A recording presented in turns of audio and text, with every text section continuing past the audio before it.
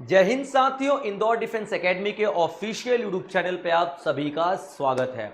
तो दोस्तों, current affair की एक और शानदार क्लास में आपके लिए लेकर आया हूं, जहां हम बात करेंगे एमसीक्यूज की फॉर्म में national, international, sports, summit, events, conferences सबके बारे में, जो एग्जाम पॉइंट ऑफ व्यू से इंपॉर्टेंट रहने वाले हैं। ठीक है बच्चों, तो चलिए शुरुआत करते हैं, देखते हैं पहला क्वेश्चन आपका क्या है। और याद रखिएगा बच्चों, अगर आपको आंसर पहले से पता है तो डेफिनेटली आप लोगों को आंसर देना है, क्योंकि मैं तो बताऊंगा ही, नो डाउट। ठीक है, लेकिन आप लोग कोशिश करना है कि इनमें से आप लोग आंसर को वो कर पाओ, दे पाओ। ठीक है बच्चों, चलिए तो क्वेश्चन आपके सामने, आप लोग पढ़ने की कोशिश करेंगे और देखेंगे कि यहां पे आपको अगर क्वेश्चन आता है तो आप आंसर कर पाते हो कि नहीं। ठीक है बच्चों, चलिए अब देखते हैं।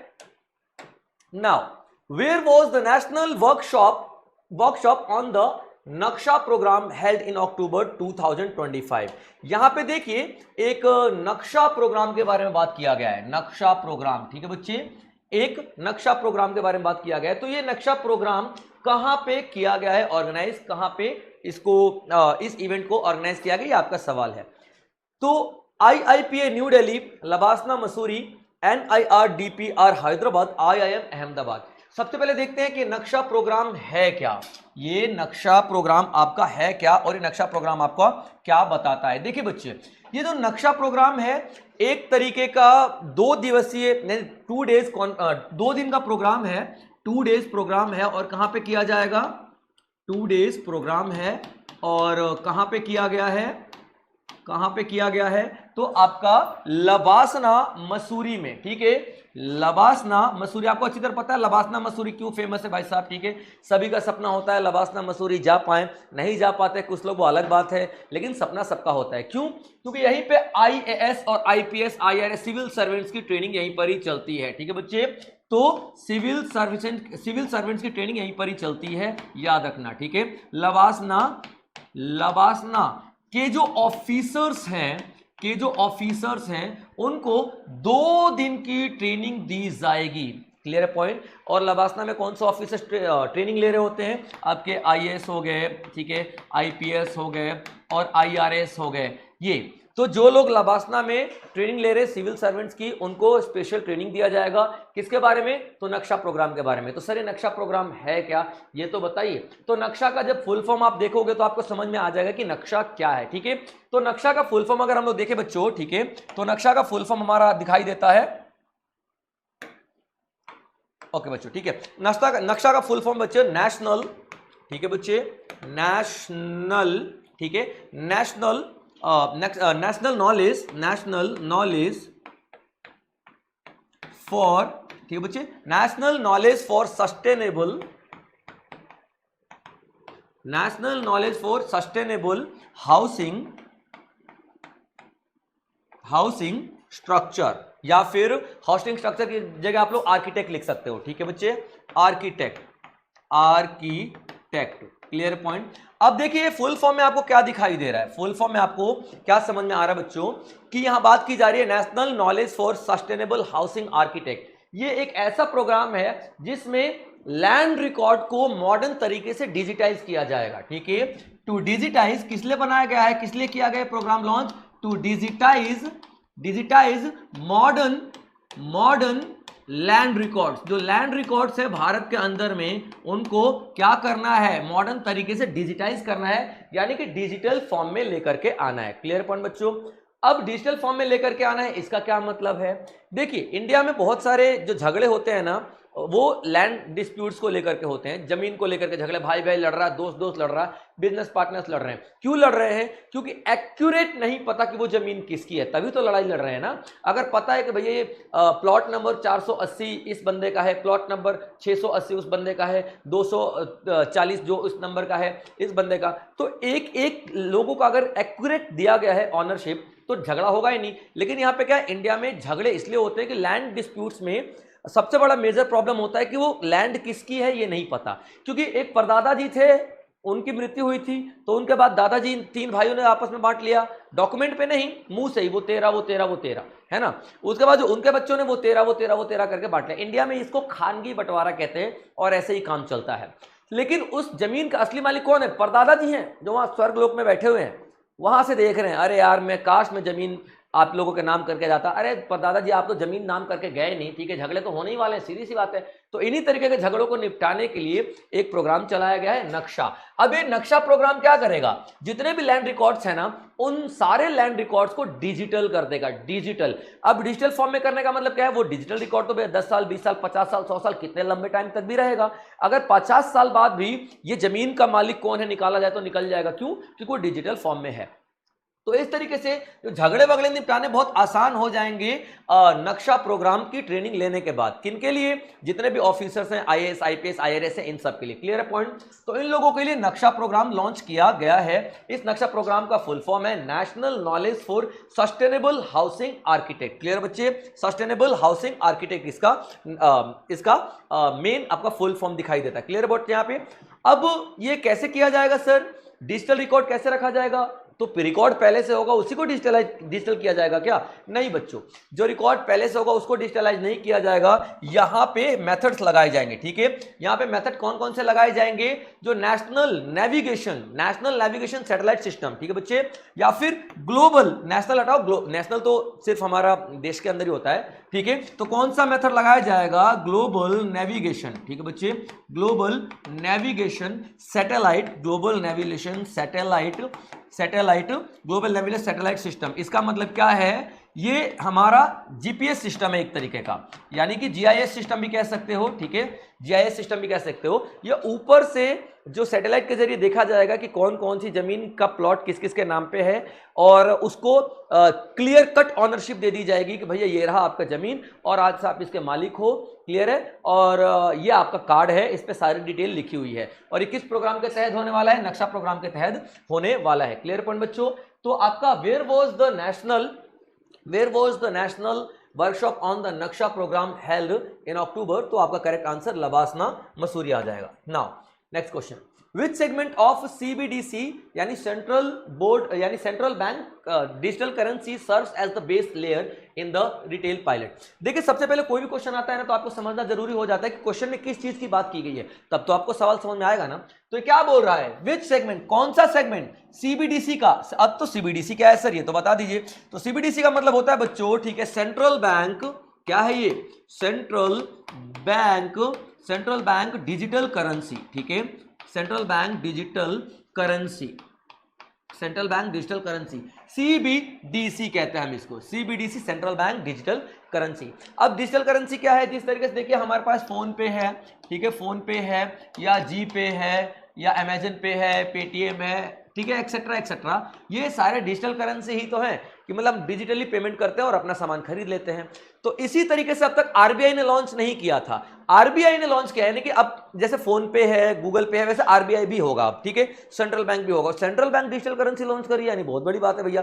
इन सबके पिताजी आ रहे हैं, सेंट्रल बैंक डिजिटल करेंसी के फॉर्म में, क्योंकि वो आरबीआई लॉन्च कर रहा है। तो आरबीआई ने जब central bank digital currency launch किया था, तो सिर्फ और सिर्फ होलसेल के सेक्टर में किया था, होलसेल के सेक्टर में किया था। और कब किया था, 1 दिसंबर 2022 में किया था। और ये पायलट प्रोजेक्ट के रूप में किया था, पायलट प्रोजेक्ट के रूप में किया था। तो सर ये पायलट प्रोजेक्ट क्या होता है, तो पायलट प्रोजेक्ट होता है बच्चे वो प्रोजेक्ट या वो प्रोग्राम जो कि ट्रायल बेसिस पे स्टार्ट किया जाता है। अगर ये सक्सेसफुल हो जाएगा तो हम लोग इसको पूरे देश में या फिर हमेशा के लिए लगा देंगे, फेल हो जाएगा तो इसको बंद कर देंगे। तो सेंट्रल बैंक डिजिटल करेंसी को पायलट प्रोजेक्ट के रूप में 1 दिसंबर 2022 को शुरू किया गया था, और इसमें 9 बैंक्स को शामिल किया गया था। यानी कि टोटल कितने बैंक्स यहाँ पे डिजिटल करेंसी लॉन्च कर सकते हैं, मतलब यूज कर सकते हैं, तो 9 बैंक हुआ करते थे। लेकिन अभी 2025 की बात करते हैं, यानी कि अभी हम 2025 में देखें तो क्या हो रहा है, यहाँ पे 2025 में क्या हो रहा है भाई साहब, ठीक है, सेंट्रल बैंक डिजिटल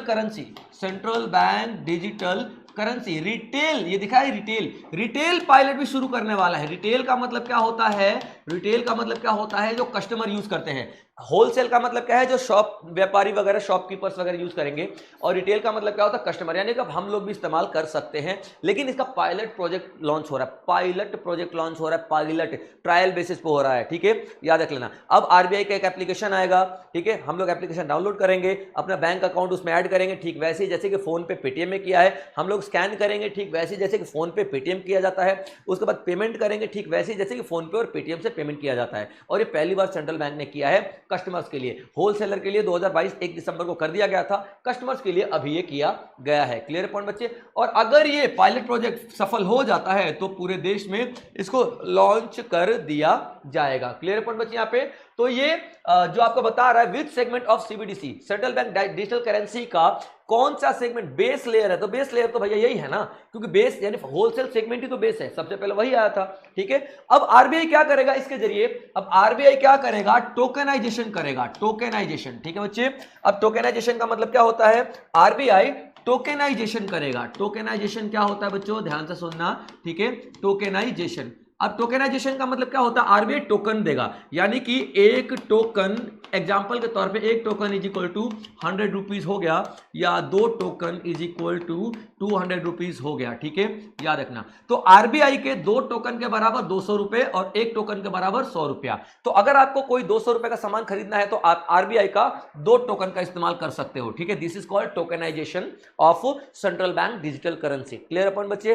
तो आरबीआई ने लॉन्च किया है सेंट्रल बैंक डिजिटल करेंसी अभी रिटेल के लिए पायलट प्रोजेक्ट के तौर पे। अब देखते हैं सक्सेसफुल होता है कि नहीं होता है, ये तो बात की बातें हैं ना। अब हो जाएगा तो आरबीआई पूरे उसमें लगा देगा, पूरे देश में लगा देगा, हर जगह लगा देगा, हर एक बैंक अलाउ कर देगा इसको, और नहीं तो इसको यहीं पर ही बंद कर दिया गया था। ठीक है बच्चों, चलिए आरबीआई के बारे में थोड़ी सी बात कर लेते हैं। तो आरबीआई क्या था, आरबीआई को यहां पे बनाया गया था 1 अप्रैल, आरबीआई को 1 अप्रैल 1935 को बनाया गया था। और एक्ट कौन सा था, आरबीआई एक्ट 1934 था, 35 में तो बना दिया गया था। उसके बाद आरबीआई को सेंट्रलाइज कब बनाया गया था, यानी कि आरबीआई को गवर्नमेंट के अंडर कब लेके आया गया था, यानी कि केंद्रीकृत कब किया गया था, नेशनलाइज कब किया गया था। ठीक है, याद रखना, नेशनलाइज कब किया गया था, यह भी इंपॉर्टेंट है। आरबीआई को नेशनलाइज किया गया था 1949 के अंडर में। ठीक है, अच्छा आरबीआई किसके रिकमेंडेशन पे बनाया गया था, तो हिल्टन यंग कमीशन, एक हिल्टन यंग कमीशन आया था, उसके रिकमेंडेशन पे बनाया गया था। ठीक है, याद रखना, हिल्टन यंग कमीशन आया था 1926 में, और इसी ने बताया था कि भैया सेंट्रल बैंक बनाओ और उसका नाम आरबीआई रख देना। ठीक है, चलिए आगे बढ़ते अगला सवाल। Which country will host the 8th international solar alliance assembly in 2025? देखिए यहाँ पे क्या है कि 8th इंटरनेशनल सोलर अलियांस की बात हो रही है। तो सर ये सोलर अलियांस क्या है, पहले एक बात करें, इसके बारे में बात कर लेते हैं। देखिए सोलर अलियांस का मतलब क्या होता है, सोलर अलियांस का मतलब क्या होता है बच्चों, ठीक है, एक ग्रुप है। ठीक है, याद रखना, और ये इंटरनेशनल लेवल पे है तो इंटरनेशनल कह दो। तो इंटरनेशनल सोलर अलियांस यानी कि इसको हम लोग शॉर्ट में बोल देते हैं। ठीक है, ISA। ठीक है, ISA क्या है, तो सोलर एनर्जी यानी कि सौर ऊर्जा, जो हम लोग सनलाइट से एनर्जी आती है ना, उससे बिजली बनाते हैं, वो उसको ज्यादा इंप्रूव कैसे किया जा सके, यानी कि ह्यूमन बीइंग के लिए उसको और ज्यादा अच्छे से कैसे इस्तेमाल किया जा सकता है, और ज्यादा प्रोडक्शन कैसे किया जा सके। अब देखिए सोलर एनर्जी क्यों इंपॉर्टेंट है, क्योंकि ये रिन्यूएबल सोर्सेज ऑफ एनर्जी है ना भाई, जितना मर्जी इस्तेमाल करो, सनलाइट कौन सी खत्म हो जाएगी।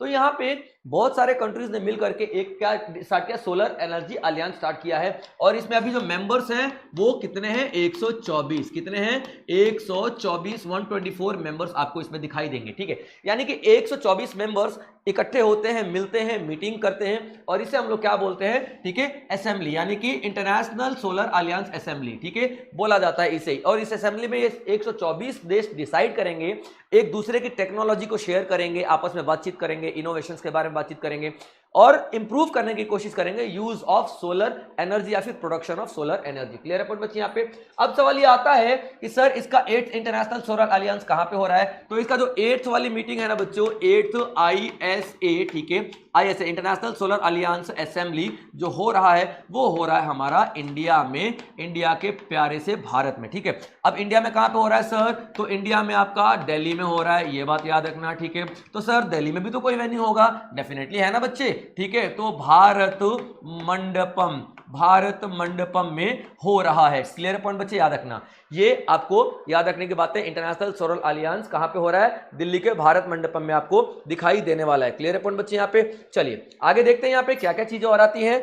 अच्छा, ये इंटरनेशनल सोलर अलियांस कब किया गया था, मतलब कौन से साल में स्टार्ट किया गया था, तो याद रखना 2015 में एक पेरिस क्लाइमेट एग्रीमेंट हुआ था, पेरिस क्लाइमेट कॉन्फ्रेंस किया गया था। ठीक है, 2015 में पेरिस क्लाइमेट कॉन्फ्रेंस किया गया था, ठीक है, कॉन्फ्रेंस किया गया था। और इसी पेरिस क्लाइमेट कॉन्फ्रेंस के अंडर में, ठीक है, दो हमारी ऐसी कंट्रीज थी, ठीक है, जिन्होंने इनिशिएटिव लिया, ठीक है, कि भैया हमको ऐसा कोई ग्रुप बना लेना चाहिए, ठीक है।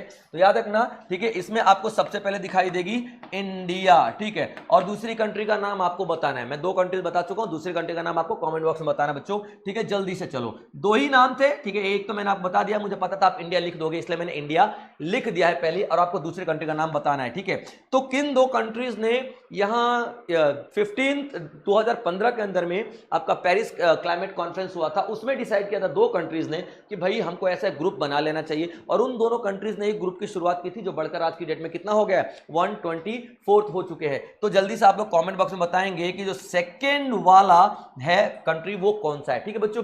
चलिए अब देखते हैं यहां पे सारे के सारे मिलके क्या करने वाले हैं। ये सारे के सारे मिल करके डिस्कशन करेंगे, डिबेट करेंगे किस चीज के ऊपर, ठीक है, तो सोलर एनर्जी, ठीक है बच्चे, सोलर एनर्जी प्रोडक्शन के ऊपर, कि कैसे सोलर एनर्जी का प्रोडक्शन बढ़ावा दिया जाए, बढ़ावा जाए। अच्छा, एक और इंपॉर्टेंट पॉइंट, ठीक है, ये इंडिया की हम बात कर रहे हैं ना, तो India is the second largest producer of solar energy after China, ठीक है बच्चों, याद रख लेना। India is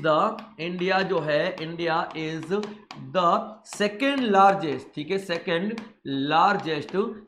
largest solar energy producer, ठीक है बच्चे, solar energy producer. Second number पे आता है भारत भाई साहब हमारा, clear point. India is the second largest solar energy producer after China, ठीक है, यानी कि चाइना जो है, ठीक है, आफ्टर चाइना, ठीक है, याद रखना। और ये थर्ड लार्जेस्ट की बात कर लेते हैं, ठीक है, सॉरी, ये not second largest, third largest है बच्चों, ये वाला थर्ड लार्जेस्ट है, ठीक है, थोड़ा सा आप लोग करेक्ट करेंगे, ठीक है, ये आपका थर्ड लार्जेस्ट है, ठीक है, ये आपका थर्ड लार्जेस्ट है, ठीक है। उसके बाद चाइना और यूएस के बाद हमारा नंबर आता है, लेकिन हम सेकंड लार्जेस्ट में किस पॉइंट पे हैं, तो सेकंड लार्जेस्ट में हम लोग हैं बच्चों, ठीक है, सेकंड लार्जेस्ट की बात करें तो हम लोग रिन्यूएबल एनर्जी के ग्रोथ में, ठीक है, फास्टेस्ट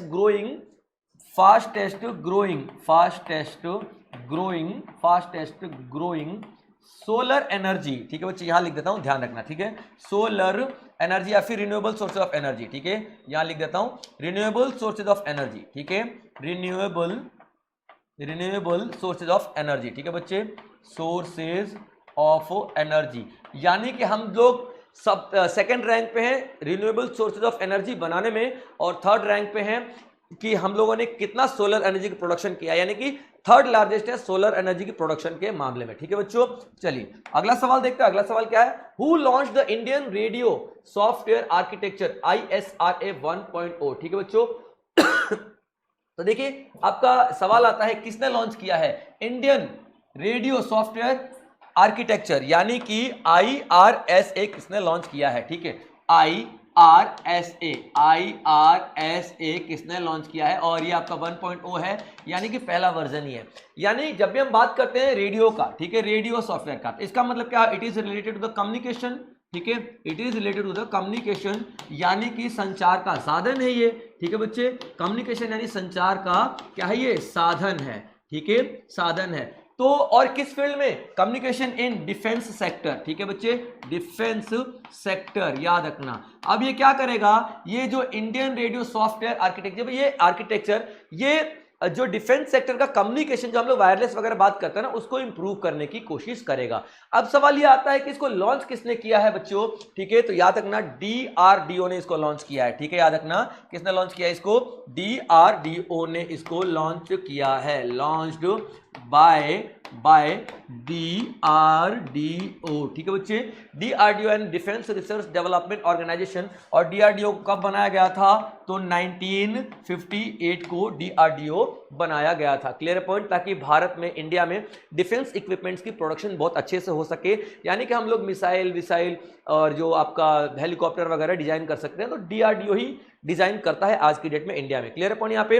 अच्छा, DRDO के अकेले ने काम किया है तो नहीं बच्चे, ठीक है, DRDO ने अकेले ने काम नहीं किया है, DRDO के साथ आपको और भी लोग मिलेंगे, यानी और भी डिपार्टमेंट यहाँ पे मिलने वाले हैं, ठीक है। तो और डिपार्टमेंट में देख लेते हैं कौन कौन से, सर जरा ढंग से डिटेल में बता दीजिए। ओके बच्चों, बता देते हैं, ठीक है। तो याद रखना, इंटीग्रेटेड डिफेंस स्टाफ, एक डिपार्टमेंट आता है इंटीग्रेटेड डिफेंस स्टाफ, ठीक है बच्चे, डिफेंस स्टाफ। एक तो ये जुड़ा है, ठीक है, डीआरडीओ के साथ एक ये जुड़ा है, और उसके बाद हमारी इंडियन नेवी हो गई, इंडियन आर्मी हो गई, और इंडियन एयर फोर्स हो गया, ठीक है, एयर फोर्स हो गया। ये सभी ने मिल करके डिजाइन किया है, क्या डिजाइन किया है, Indian radio software architecture design किया है। क्लियर है पॉइंट बच्चे, यहाँ पे याद रखना। और ये हमारे डिफेंस सिस्टम में या फिर डिफेंस फील्ड में एक अच्छा इंप्रूवमेंट है, क्योंकि हमारा कम्युनिकेशन जितना ज़्यादा इंप्रूव होगा उतना ही जल्दी हम लोग दुश्मन वगैरह की खबरों को एक दूसरे को दे सकते हैं, याद रखना। क्लियर अपन बच्चे, ठीक है। चलिए अब देख लेते हैं इसरो। अच्छा थोड़ा और इनके बारे में बात कर लें, ठीक, किसके अंडर में आएगा, तो ये याद रखना जो आपका डिफेंस सेक्टर है, तो डेफिनेटली डिफेंस सेक्टर की हम यहाँ बात करेंगे ही करेंगे, ठीक है बच्चों। तो ये डिफेंस सेक्टर के अंडर में आता है। राजनाथ सिंह हमारे कौन है, ठीक है, डिफेंस मिनिस्टर है, ठीक है, राजनाथ सिंह, याद रखना, ठीक है। इसरो की बात कर लेते हैं, तो 1969 में इसरो को बनाया गया था। नीति आयोग की बात कर लेते हैं, तो ऑप्शन को भी कभी कभी थोड़ा हमें यूज कर लेना चाहिए, ठीक है। नीति आयोग की बात कर लेते हैं, तो 1 जनवरी 2015 को बनाया गया था, और इसने रिप्लेस किया था, रिप्लेस्ड, ठीक है, हमारा प्लानिंग कमीशन को इसने रिप्लेस किया था, ठीक है, नीति आयोग ने, प्लानिंग कमीशन को इसने रिप्लेस किया था नीति आयोग ने। क्लियर अपन बच्चे, तो ये छोटी मोटी इन्फॉर्मेशन आपको पता होनी चाहिए, इसलिए मैंने लिख दिया। नाउ नेक्स्ट क्वेश्चन देखते हैं, अगला क्वेश्चन क्या है आपके पास। अगला क्वेश्चन आता है, who inaugurated India's first commercial electric truck battery swapping and charging station. ठीक है, देखिए यहां पे किसने इनॉग्रेट किया है, भारत का पहला फर्स्ट कॉमर्शियल, यानी कि बहुत दूर दूर तक सामान लेके जाने वाले, लेके आने वाले इलेक्ट्रिक ट्रक में ही तो सामान आता जाता है, battery swapping and charging station. आप लोगों ने सुना होगा, ठीक है, ई रिक्शा की बात कर लेते हैं हम लोग, ठीक है, ई रिक्शा की बात कर लेते हैं, ठीक है। उसके बाद हम लोग ई स्कूटी की बात कर लेते हैं, जो ई स्कूटी हमारा चल रहा है, ई बाइक की बात कर लेते हैं, है ना। तो ये ई बाइक वगैरह सब कुछ है। तो कभी ई ट्रक, ई कार के बारे में सुना है, तो ये ई ट्रक लॉन्च किया गया है, ई ट्रक लॉन्च किया गया है, यानी अब इलेक्ट्रिसिटी पे इलेक्ट्रिक ट्रक लॉन्च किया गया जो कि बैटरी पे चलेगा। अब बैटरी पे चलेगा तो इसकी सबसे बड़ी समस्या क्या है, ट्रक बड़े बड़े होते हैं। अब मुंबई से कलकत्ता निकल गया, कलकत्ता से भुवनेश्वर निकल गया, भुवनेश्वर से चंडीगढ़ निकल गया ट्रक, बीच में कितना चार्ज होगा भाई। अब हमारी बाइक जो इलेक्ट्रिक बाइक है उसको चार्ज करने के लिए प्लग लगाते 3-4 घंटे तो बाइक ले लेती है, तो ट्रक में इतनी बड़ी बड़ी बैटरियां होंगी, वो कैसे चार्ज होंगी, समय लेगा। तो अभी क्या किया गया है, उस समय को बचाने के लिए जो बैटरीज को स्वैपेबल कर दिया गया है, यानी जो ई ट्रक है इसकी जो बैटरीज होंगी ना स्वैपेबल होंगी। क्लियर पॉइंट, स्वैपेबल बैटरी होंगी, स्वैपेबल बैटरीज होंगी। तो सर ये स्वैपेबल बैटरीज क्या है, स्वैपेबल बैटरीज का मतलब क्या होता है, ठीक है, थोड़े समय में उनको एक्सचेंज किया जा सकता है, ठीक है, थोड़े समय में बदल दिया जा सकता है, जिसको बदला जा सकता है, ठीक है, बदला जा सकता है, जिसको याद रख लेना। Clear point. अब बैटरी को चार्ज करने की जरूरत नहीं है, ठीक है, 2-3 बैटरी आप रख के लेके जाओ, अपने ट्रक के अंदर रख लो, या फिर स्पेस नीचे बना रहेगा सामान वो रखने के लिए बैटरी। एक बैटरी डिस्चार्ज होगी, दूसरी बैटरी लगा लो, दूसरी डिस्चार्ज होगी, तीसरी लगा लो, तब तक पहली वाली चार्ज हो चुकी होगी, ठीक है। तो स्वैपेबल बैटरी उसको बोलते हैं जो कि बैटरी चेंज की जा सके, ठीक है। तो ये जो इलेक्ट्रिक ट्रक बनाया गया है ना, ठीक है, पहला इलेक्ट्रिक ट्रक है, कॉमर्शियल इलेक्ट्रिक ट्रक, ठीक है, जिसमें बैटरी कैसी रहेगी, स्वैपेबल बैटरी रहेगी। और इसी स्वैपेबल बैटरी को चार्ज करने के लिए, अब बैटरी चार्ज तो करनी पड़ेगी ना, ऐसे थोड़ी 20-25 बैटरी लेके जाओगे, 20-25 भी लेके गए तो चार्ज तो कहीं ना कहीं करना पड़ेगा ना। तो इसी स्वैपेबल बैटरी को चार्ज करने के लिए चार्जिंग स्टेशंस बनाए गए हैं, ठीक है, इसी स्वैपेबल बैटरी को चार्ज करने के लिए यहाँ पे चार्जिंग स्टेशंस बनाए गए हैं, ठीक है, चार्जिंग स्टेशंस बनाए गए हैं। क्लियर पॉइंट, यही आपका सवाल है। तो पहला चार्जिंग स्टेशन कहाँ पे बनाया गया है, ठीक है, याद रखना। तो दिल्ली में सोनीपत, और दिल्ली का जो सोनीपत आपका हरियाणा का एक एरिया है, तो दिल्ली और सोनीपत का जो बॉर्डर है, अगर सवाल आता है कहां पे बनाया गया है, तो याद रखना दिल्ली का ही बताओगे आप लोग, ठीक है, दिल्ली का ही बताओगे, ये मत बता देना कि हरियाणा का है भाई साहब, ठीक है, याद रखना दिल्ली का ही बताओगे। और दिल्ली में कहां पे, तो दिल्ली इंटरनेशनल कार्गो टर्मिनल, ठीक है, Delhi international cargo terminal, international cargo terminal, ठीक है बच्चे, कार्गो टर्मिनल, ये जो है दिल्ली इंटरनेशनल कार्गो टर्मिनल, ठीक है, ये आपका सोनीपत के पास है, बट है दिल्ली के अंदर ही। तो अगर सवाल आ जाता है शहर का नाम, तो आप लोग क्या लिखोगे, दिल्ली लिख दोगे। Clear point. तो दिल्ली में जो आपका ये क्या बोलते हैं, दिल्ली इंटरनेशनल कार्गो टर्मिनल है, यहां पे पहला स्टेशन बनाया गया है। कौन सा पहला स्टेशन? चार्जिंग का पहला स्टेशन यहां पे बनाया गया है। क्लियर पॉइंट बच्चे? तो सर क्या ये एकदम से शुरुआत हो गई है? नहीं, ठीक है। जो स्वैपेबल बैटरी का ड्राफ्ट 2022 में ही तैयार कर दिया गया था। स्वैपेबल बैटरी का, ठीक है, ड्राफ्ट का मतलब क्या होता है? मसौदा, ठीक है, यानी कि प्लान, ठीक है। तो ड्राफ्ट ऑफ स्वैपेबल जो आपका बैटरी है, स्वैपेबल बैटरीज का जो ड्राफ्ट है वो कब तैयार कर दिया गया था? तो 2022 में ही तैयार कर दिया गया था, जो अभी रिजल्ट दे रहा है। Clear point? समझ में आया? अब बताना है कि इसमें से किसने यहां पे इनॉग्रेट किया है पहला ट्रक, इलेक्ट्रिक ट्रक वाला जो आपका ये बैटरी स्वैपिंग चार्जिंग स्टेशन है। तो बच्चों याद रखना यहाँ पे किसने किया है? तो नितिन गडकरी ने किया है। ठीक है बच्चे, हमारे ट्रांसपोर्ट मिनिस्टर हैं, ठीक है, ट्रांसपोर्ट मिनिस्टर हैं नितिन गडकरी, ठीक है, मिनिस्टर हैं, ठीक है, कौन? नितिन गडकरी, ठीक है बच्चे, नितिन गडकरी, ठीक है, Gadkari. Clear point? Central minister है ये और इन्होंने इनॉग्रेट किया है। नाउ नेक्स्ट क्वेश्चन देखते हैं, अगला सवाल क्या है आपका? What is the name of the proposed digital library for Jagannath temple? Jagannath temple जो है पुरी में, ठीक है, याद रखना, पुरी में जो जगन्नाथ टेम्पल है, ठीक है, जगन्नाथ टेम्पल जो है, ठीक है, मंदिर जो है कहाँ पे? पुरी में। पुरी कहाँ पे है भाई साहब? तो उड़ीसा में, ठीक है, कहाँ पे? तो उड़ीसा के पुरी में एक जगन्नाथ टेम्पल है, याद रखना, ठीक है, जगन्नाथ टेम्पल है। तो ये इसने एक ई लाइब्रेरी बनवाया है, ई लाइब्रेरी यानी कि डिजिटल लाइब्रेरी बनवाया है, डिजिटल लाइब्रेरी। अब डिजिटल लाइब्रेरी का मतलब या ई लाइब्रेरी का मतलब क्या होता है? कि हर चीज आपको इलेक्ट्रॉनिक फॉर्म में रहेगी। और क्यों बनाया है? ठीक है, ताकि टू प्रमोट संस्कृत लैंग्वेजेस, ठीक है, टू प्रमोट संस्कृत लैंग्वेज को प्रमोट करने के लिए, ठीक है, संस्कृत लैंग्वेज को प्रमोट करने के लिए, पहला तो आप याद रखना, ठीक है, संस्कृत लैंग्वेज को प्रमोट करने के लिए, ठीक है, एंड टू प्रिजर्व क्या प्रिजर्व करने के लिए? हमारी जो लीगेसी है जगन्नाथ मंदिर की, to preserve legacy of Jagannath temple, ठीक है, जगन्नाथ टेम्पल। क्लियर पॉइंट बच्चे? यहाँ पे जगन्नाथ टेम्पल की लीगेसी, ठीक है, को मेंटेन करने के लिए और उसको प्रिजर्व करने के लिए, प्रमोट करने के लिए यहाँ पे एक इलेक्ट्रॉनिक लाइब्रेरी शुरू किया गया है। और उस इलेक्ट्रॉनिक लाइब्रेरी का नाम क्या है? ठीक है, ज्ञान यज्ञ मंडप, ठीक है, ज्ञान यज्ञ मंडप के नाम से इसको हम लोग जानते हैं। ठीक है, तो क्या है इस ई लाइब्रेरी का नाम? ठीक है, ज्ञान यज्ञ, ठीक है, यज्ञ मंडप, ठीक है बच्चे, क्या नाम है? मंडप, ज्ञान यज्ञ मंडप इसको हम लोग कहते हैं। क्लियर पॉइंट बच्चे? याद रखिएगा।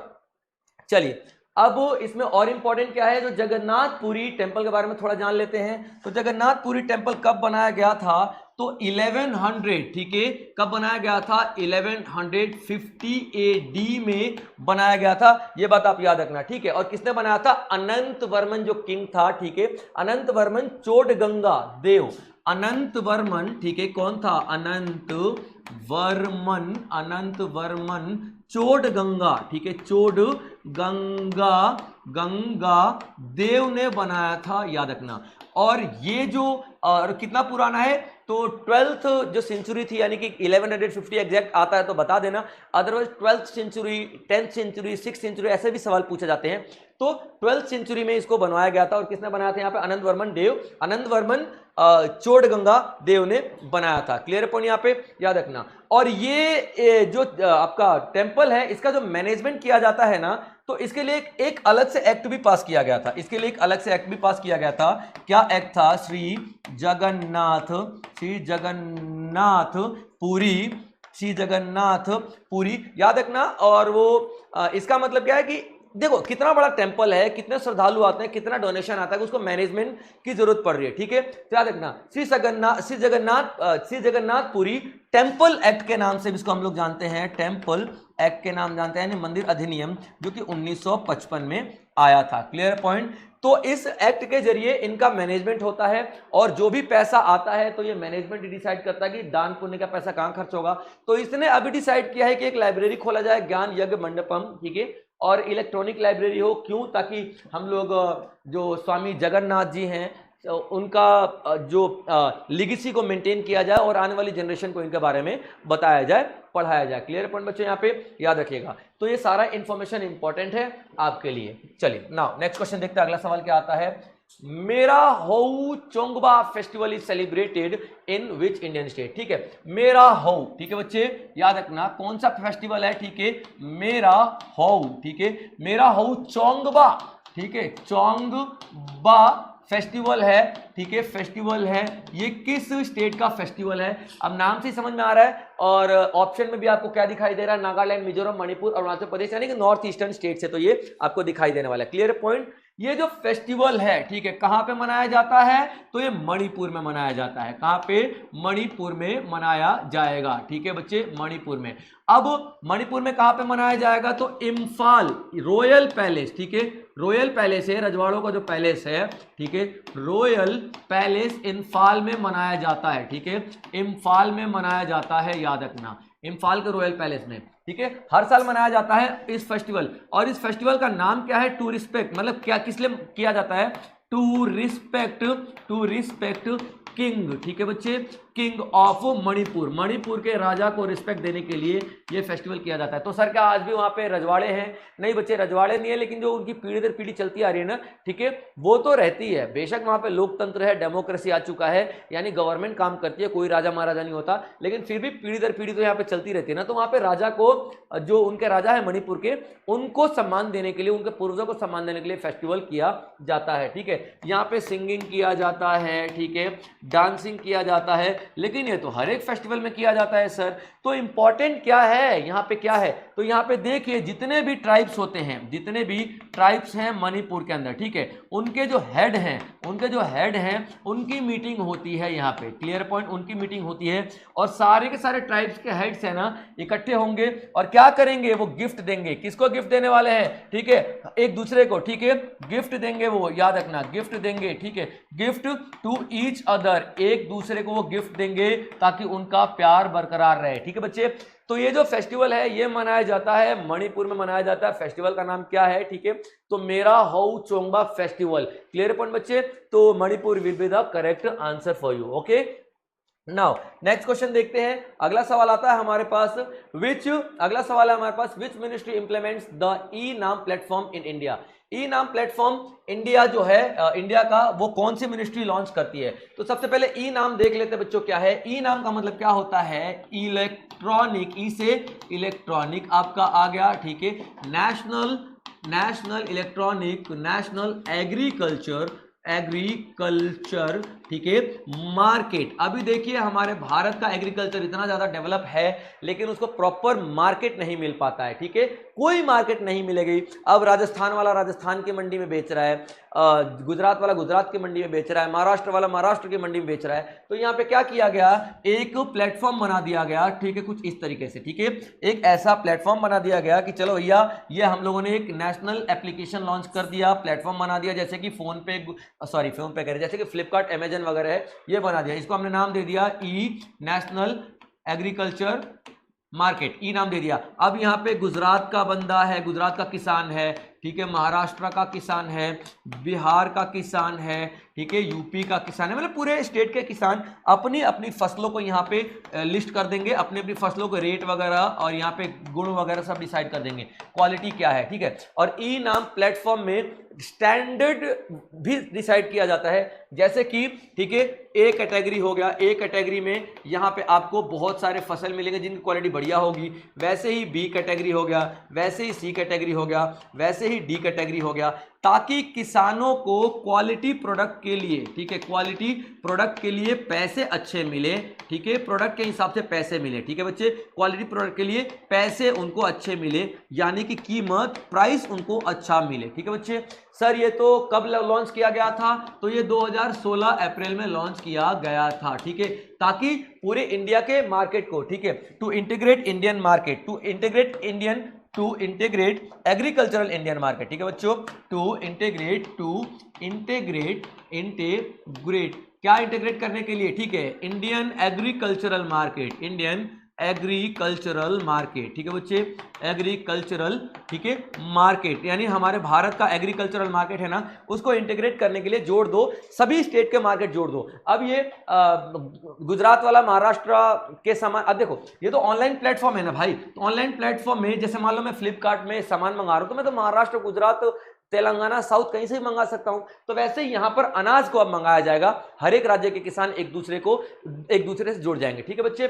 तो सर ये अभी क्यों पढ़ा रहे हो, तो 2016 की न्यूज है बच्चे, इसलिए अभी पढ़ा रहा हूं क्योंकि ये करंट न्यूज क्या है, ठीक है, कि इसमें आप लोगों को फसल जो दिखाई देती थी ना, वो लिस्टेड फसल थी, यानी कि जो आपका ग्रेन्स वगैरह हुआ करती थी, ठीक है। तो टोटल जो फसल थी ना, वो फसलों की संख्या कितनी थी इसमें, 238 थी, और अभी 9 फसलों की संख्या बढ़ा करके कितना कर दिया गया है, टोटल 247 कर दिया गया है, ठीक है बच्चे, 247 अनाज जो है, फसल है, यानी कि क्रॉप्स को यहां पे क्या कर दिया गया है, लिस्ट कर दिया गया है, ठीक है। तो अब सवाल पूछा जा सकता है कि कितना था, तो 238 क्रॉप्स इसमें लिस्टेड थी, बट नाउ बढ़ के कितनी हो चुकी है, 247 क्रॉप्स यहां पे लिस्टेड हो चुकी है। क्लियर है पॉइंट, और यही आपका करंट न्यूज था। Now next question is, Who designed the official logo of the India AI Impact Summit 2026? देखिए इंडिया AI समिट का मतलब क्या होता है, पहले देख लीजिए, ठीक है। भारत में यानी कि इंडिया में एक AI समिट किया जा रहा है, ठीक है, इंडिया में, ठीक है, इंडिया में AI इम्पैक्ट समिट होने वाला है, ठीक है, इम्पैक्ट समिट होने वाला है, कब होने वाला है भाई साहब, तो 2026 में होने वाला है। क्लियर है पॉइंट। अब ये करता क्या है, आर्टिफिशियल इंटेलिजेंस यानी एआई का इस्तेमाल किस तरीके से किया जाएगा, एआई के इस्तेमाल को कैसे सिक्योर करना है। अब सिक्योर का मतलब क्या होता है, यहाँ पे एथिकल करना है, ठीक है। एथिकल का मतलब क्या होता है, ऐसा नहीं है कि अनएथिकल तरीके से इस्तेमाल कर रहे हो आप लोग, तो एथिकल एआई की बात करेंगे हम यहाँ पे, ठीक है, याद रखना। उसके बाद एडवांस एआई की बात करेंगे हम यहाँ पे, एडवांस एआई की बात कर रहे हैं यहाँ पे, ठीक है। सेफ एआई की बात कर रहे हैं, सेफ एआई की बात करेंगे। इन सब चीजों पे डिस्कशन यहाँ पे किया जाएगा, ठीक है बच्चे। तो इसका जो लोगो है ना, ठीक है, लोगो का डिमांड किया गया था कि इसका लोगो कैसे बनाया जाए। हर एक इवेंट का एक लोगो होता है ना, ठीक है। जैसे आप लोग देख लो, जो कॉमनवेल्थ का अलग लोगो है ना, तो और आपका जो ओलंपिक्स का अलग लोगो है, तो इस तरीके से लोगो किसने डिसाइड किया है, तो इसका भी एक लोगो है, ठीक है। तो लोगों के लिए गवर्नमेंट ने लोगो से ही पूछा था, लोगों के लिए गवर्नमेंट ने लोगो से पूछा था। इसका क्या मतलब है, जनता से पूछा था, ठीक है, जनता से पूछा था, लोगों से पूछा था, पीपल से पूछा था, ठीक है, पीपल कंसल्टेंट, ठीक है, पीपल से क्या किया था, कंसल्ट किया था, ठीक है, कंसल्ट किया था पीपल से। तो लोगों ने पार्टिसिपेट किया, और कब किया गया था, तो मई जून 2025 में कॉन्टेस्ट शुरू हो गया था, लोगों के लिए कॉन्टेस्ट शुरू हो चुका था, और जिसमें कितने 599 लोगो आए थे केंद्र सरकार के पास, भारत सरकार के पास, जिसमें से एक लोगो सिलेक्ट हुआ, और वो लोगो किसका था, अजीत पी सुरेश का लोगो था, ठीक है। तो यहां पे आप बात कर सकते हैं, ठीक है, एआई इंपैक्ट समिट 2025 में, ठीक है, जो अजीत हैं, ठीक है, जो अजीत पी सुरेश हैं, अजीत पी सुरेश जी हैं, ठीक है, याद रखना, इनका लोगो डिसाइड किया गया है, ठीक है बच्चे। चलिए आगे बढ़ते हैं, अगला सवाल देखते हैं। Recently the second centre of excellence is for, यहां पे एक सेंटर ऑफ एक्सीलेंस खोला गया है, ठीक है। सेंटर ऑफ एक्सीलेंस का मतलब क्या होता है, किसी विशेष, किसी स्पेशल काम के लिए, किसी स्पेशल एम के लिए, मोटिव के लिए, कोई अगर हम लोग डिपार्टमेंट खोल देते हैं, या कोई अगर ऐसा ऑर्गेनाइजेशन खोल देते हैं, उसको हम लोग क्या बोलते हैं, सेंटर ऑफ एक्सीलेंस, ठीक है। तो यहाँ पे सेंटर ऑफ एक्सीलेंस खोला गया है, स्टार्ट किया गया है, जिसका नाम क्या है, सेकंड, किसका नाम क्या है, सेकंड। वो क्यों किया गया है आपको ये बता देते हैं, ठीक है। तो सबसे पहले देख लेते हैं क्वेश्चन में क्या है, उसके बाद। तो सेंटर ऑफ एक्सीलेंस और सेकंड क्यों किया गया है, फॉरेस्ट फायर मैनेजमेंट के लिए, human wild life conflict research and policy के लिए, ठीक है, कोस्टल मैनेजमेंट के लिए, एंड मरीन बायोडायवर्सिटी के लिए, ठीक है बच्चे। तो correct answer is human wild life conflict research and policy के लिए। किस लिए, ह्यूमन वाइल्ड लाइफ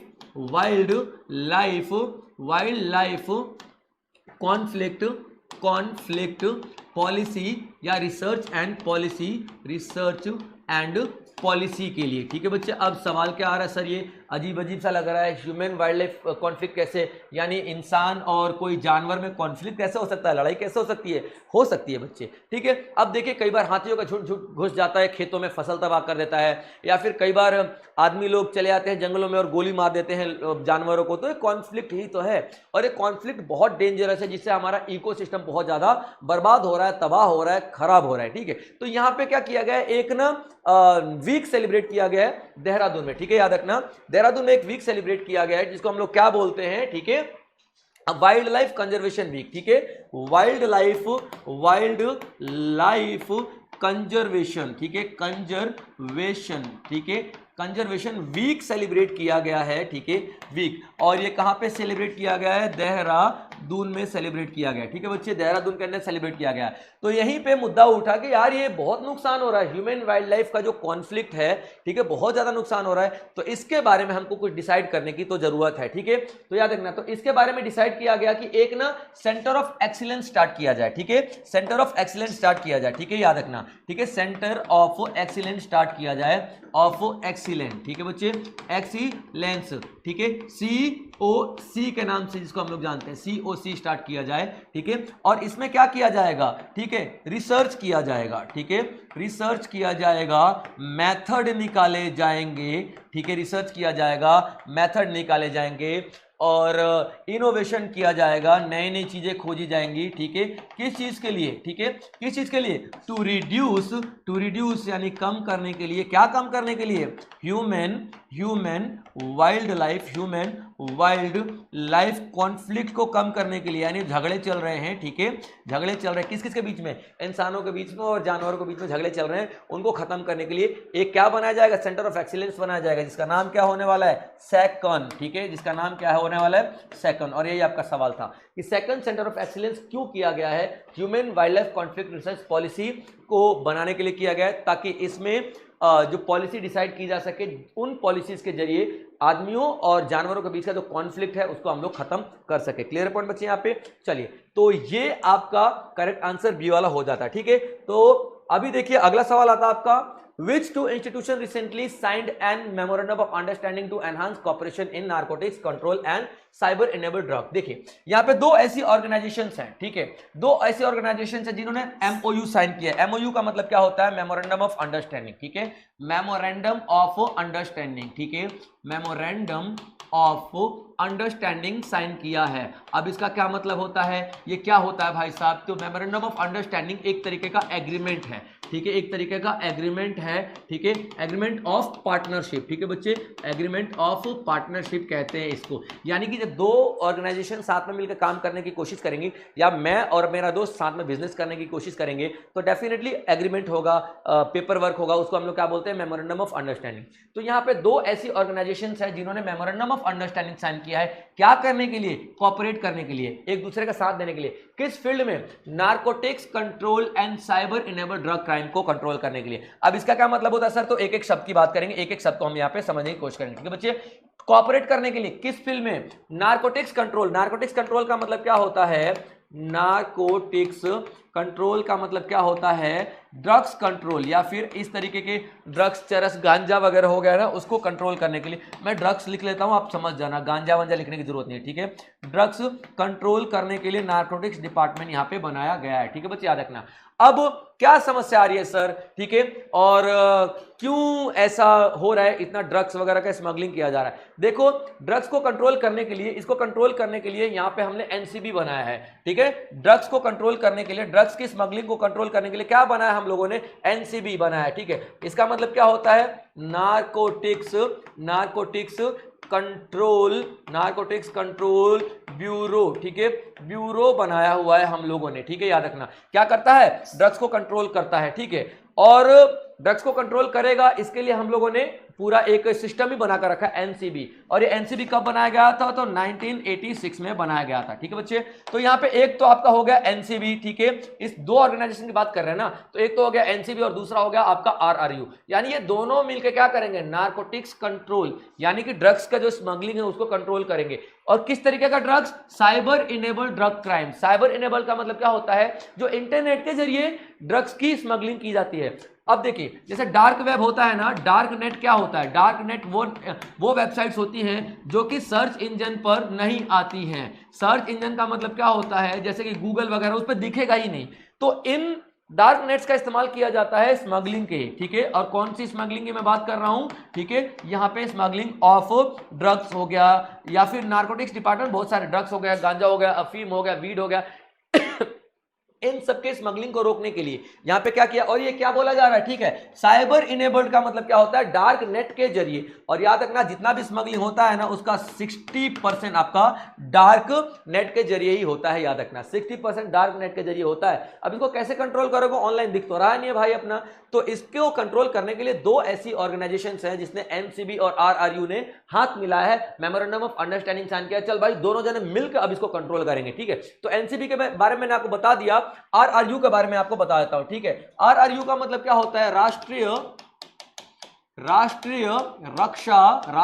रक्षा यूनिवर्सिटी, ठीक है बच्चे, राष्ट्रीय रक्षा यूनिवर्सिटी कहते हैं इसको, ठीक है बच्चे, याद रखना राष्ट्रीय रक्षा यूनिवर्सिटी, ठीक है, यूनिवर्सिटी। और ये कब बनाई गई थी, तो 2020 में बनाई गई थी, मतलब बनाई तो बहुत पहले गई थी, क्योंकि पहले इसका नाम था राष्ट्रीय शक्ति यूनिवर्सिटी, राष्ट्रीय शक्ति यूनिवर्सिटी इसका नाम हुआ करता था, ठीक है बच्चे, 2010 में बनाई गई थी, लेकिन इसका नाम चेंज करके राष्ट्रीय रक्षा यूनिवर्सिटी कर दिया गया है। क्लियर है पॉइंट बच्चे, याद रखिएगा।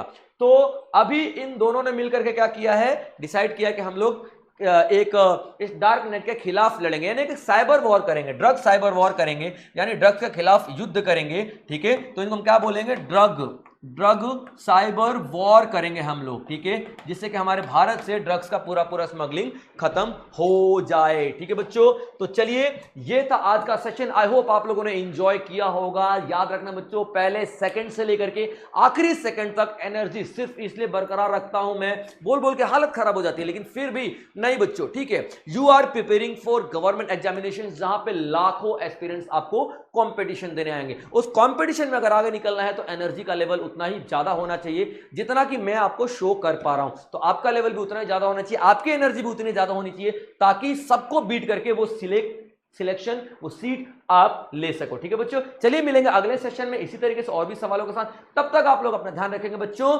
जय हिंद।